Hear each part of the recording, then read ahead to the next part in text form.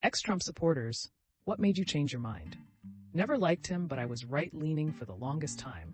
Big into small government, free economy, fiscal responsibility, individual freedoms, all that jazz. I was a libertarian through and through, right down to voting Ron Paul. What changed me? I realized they didn't care about any of it.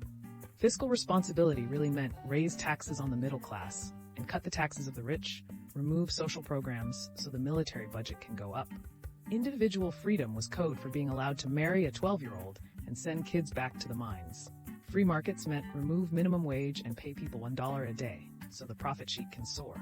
The more I looked into what was actually being done behind the buzzwords, the more I realized they weren't doing any of it. I still believe in fiscal responsibility, small government, free markets, but not what the GOP means by it. Because it's all code for give more to the rich and screw the poor. At least when the Dems spend a bunch of money, we get some Social Security or Medicaid out of it. Even if I don't use them, it's better used than tax cuts for Elon and more drones to bomb kids in Yemen. Not me, but my aunt. She was MAGA all the way until the pandemic. She is a retired nurse and thinks Trump did a horrible job with COVID causing many deaths. The most pathetic thing is, Trump didn't have to do anything. He could have just let the experts do their thing, and he would have gotten all the political credit. My mom voted Trump the first time. She hated the Clintons and is a Republican military spouse. She became extremely anti-Trump after January 6th. She was losing faith in him leading up to that point, but that was definitely the biggest breaking point. She now argues with her friends who still support him. Sixth, most embarrassing shit I've ever seen in my life.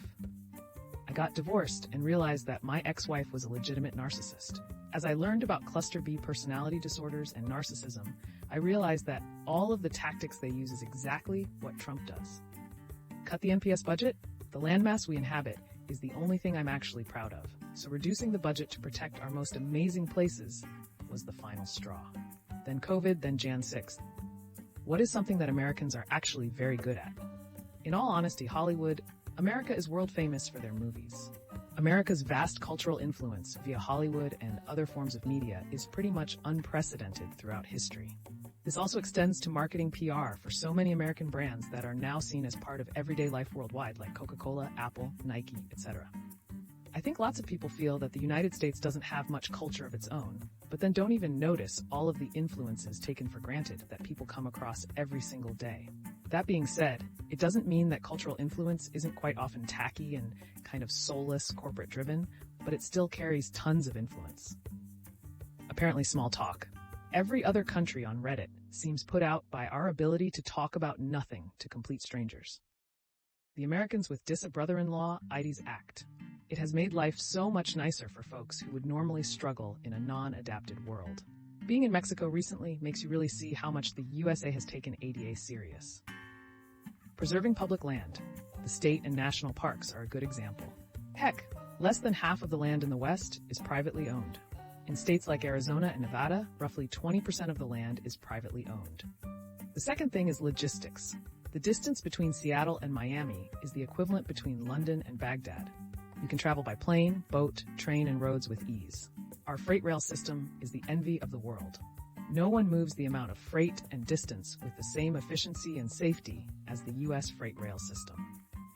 Jazz, rock and roll, basketball. What do you think of airlines charging people based on how much they weigh?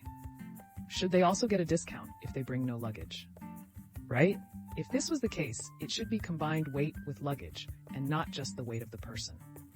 I don't think it would be legal in the United States.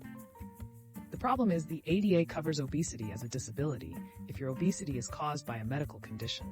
The airlines would have to start asking people for medical information and keep that medical information on file. It would be a HIPAA nightmare, and the liability from a hack wouldn't validate the economic benefit. It also should not be how much does the person weigh. It should be how much does the person and all of their stuff weigh. If people truly want to make a fair surcharge on fuel usage, everything needs to be accounted for. As a tall, therefore heavy but not overweight, given my height, person, it would be one more thing the airlines could do to make things shitty for me in particular. There's already insufficient distance between my seat and the seat in front of me to accommodate my femur without me bending my legs in a really fucked up way for 4 hours. I wouldn't exactly be thrilled about the opportunity to pay an extra $100 for that experience. Hardly possible. People are forgetting that fares are hardly based on operating costs, but also on demand and purchasing power. It's very common, in specific cases, that 1-hour flight can be more expensive than a 5-hour flight. 2 one-way flights on the same route are more expensive than a return ticket in many cases. A flight ticket bought half a year in advance is usually cheaper than the same ticket bought 2 days before departure. Flying with a layover is often cheaper than flying nonstop. I don't believe any airline will ever do this on commercial flights. But any legacy airline flying jet aircraft does. I will grab popcorn and watch how they handle their PR. Edited wording after being answered Samoa Air. Yes, I am aware Samoa Air did the announcement they would be charging by weight. However, they were flying 2 tiny Cessna planes with fixed prices between the few airports they served before they actually stopped operating shortly after. That's totally different concept though. What widely accepted self-help books are actually harmful or just nonsense. Girl, Go Wash Your Face by Rachel Hollis. So terrible and so out of touch. She was also talking so much with her husband about how they have an amazing marriage and giving advice on how to have an amazing marriage. And then they announce they're getting divorced. There's a pretty good podcast on just this subject. If Books Could Kill with Michael Hobbs and another host whose name escapes me at the moment. The focus is on airport books, the fad bestsellers that you'll pick up for a long flight. Oftentimes they're talking about just dumb factor, but they try to hit on harmful aspects too. Titles include The Secret and Men Are From Mars.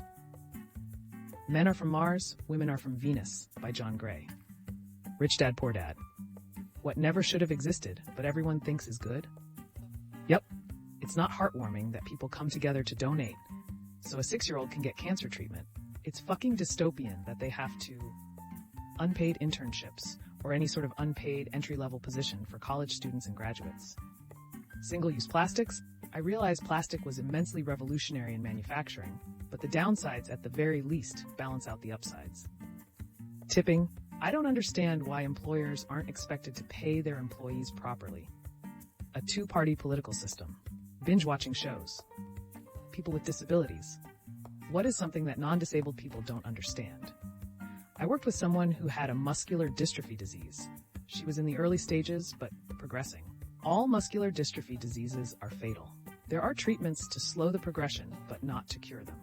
She looked young and healthy, so it never failed that someone would say something to her if she rode the elevator at work from the 2nd floor to the 1st floor.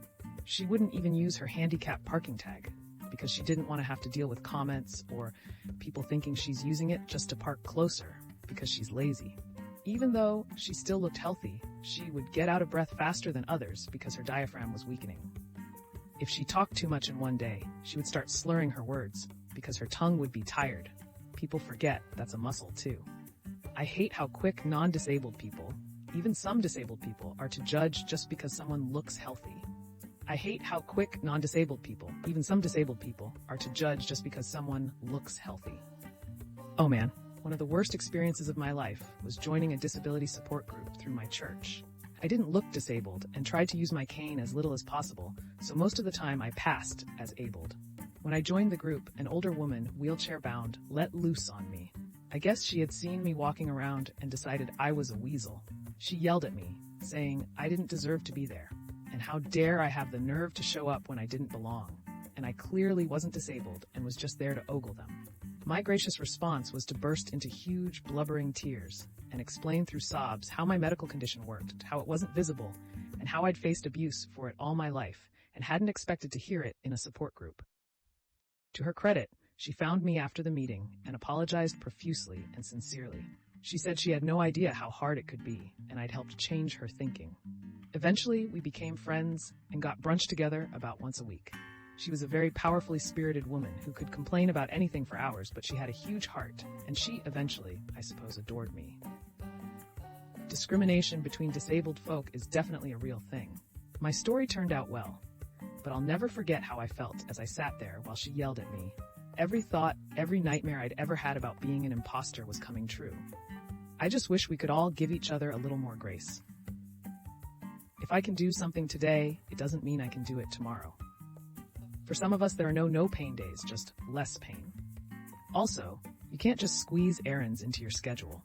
You need to plan for the energy they require and prepare for if they knock you out afterwards. Not all disabilities are visible. If you think you're frustrated with my limitations, just wait until you find out how I feel about them. How not being able to drive because of your disability has a huge impact on your life. Well, that's another episode of Ask Reddit in the books. I really appreciate all of you who made it this far into the video. Of course, if you enjoyed this video, it would really help the channel out a lot if you gave the video a thumbs up, subscribe, or leave a comment down below. I hope that you enjoyed it, and I'll see you next time.